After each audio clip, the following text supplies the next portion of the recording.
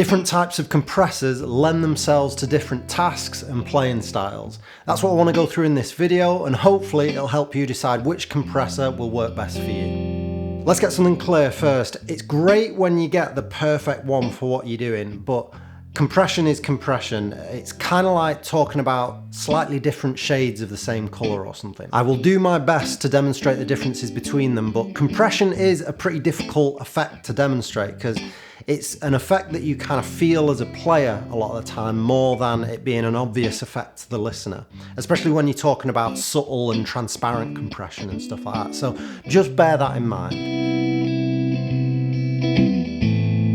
We'll start with OTA compressors, which are one of the most common. These use variable current, I think, to determine the amount of compression.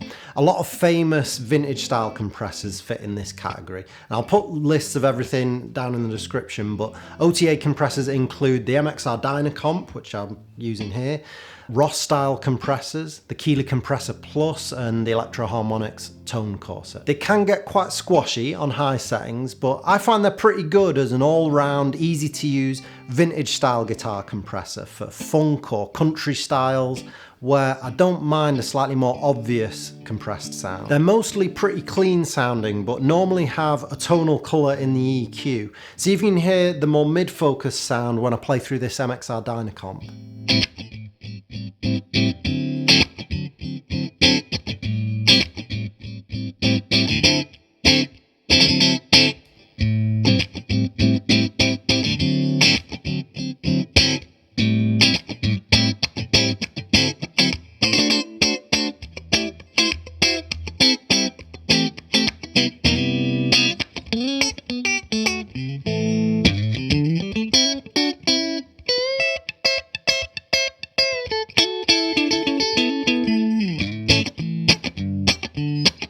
FET compressors, like this Origin Effects Cali 76, which is based on the 1176 Studio compressor, use FET transistors to create the compression.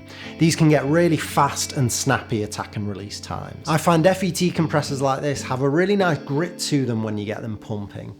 It's not really a noticeable distortion, but there's just something happening that gives them this kind of attitude that I think make them really good for kind of percussive funk rock and stuff like that. Or maybe if you want to use a compressor to emulate the sound of a slightly cranked tube amp, then I think these would be a good choice for that as well. Anything where you want the compression to have a bit of attitude to the sound. See if you can hear what I mean.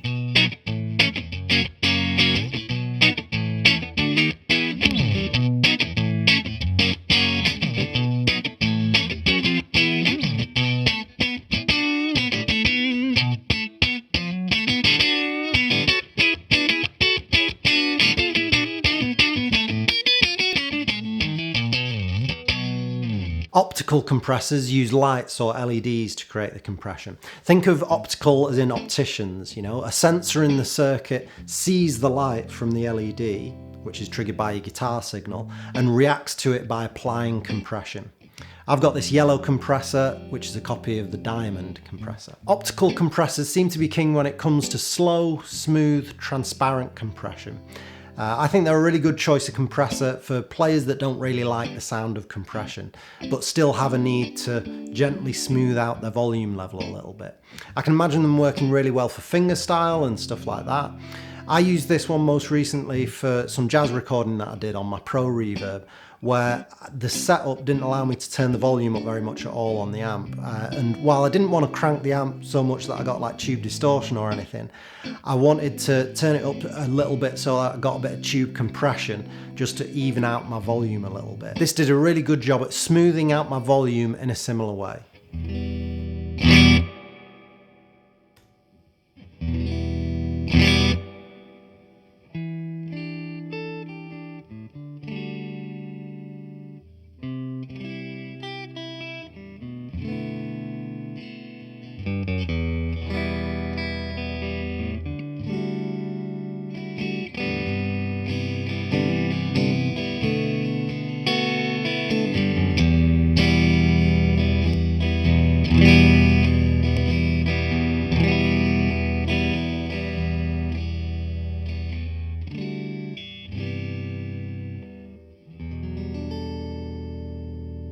VCA compressors use control voltage to determine the amount of compression. They're used a lot in studio style compressors and have quite a clean sound to them. They're probably one of the more versatile types of compressor, and they can normally do very fast, tight types of compression, as well as much smoother, slower types of compression too. This Boss CS3 is an analog VCA compressor that I don't hear that many people talk about, but it does everything you would want a compressor to be able to do. It can be very versatile if you're doing session work or working a covers band or anything like that. The only complaint I can imagine people having with it is that it doesn't have that much character compared to some of these other compressors that I've used. It just compresses the sound and that's about it.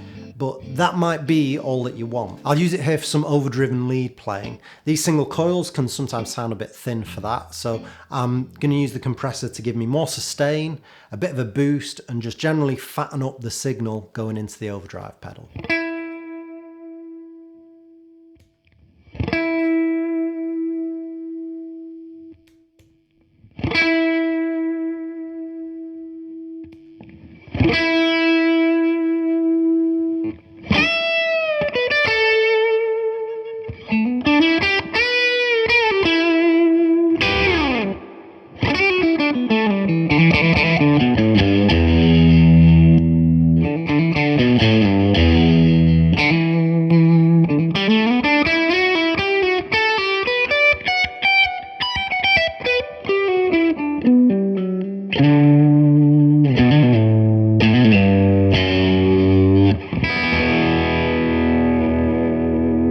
So to sum up, the way that I see it, OTA compressors are good all-rounders for easy to use vintage style guitar compression, clean but normally alter the EQ a bit, good for a lot of different playing styles. FET compressors are really good at doing that fast snappy stuff with a bit of grit and pumping to them.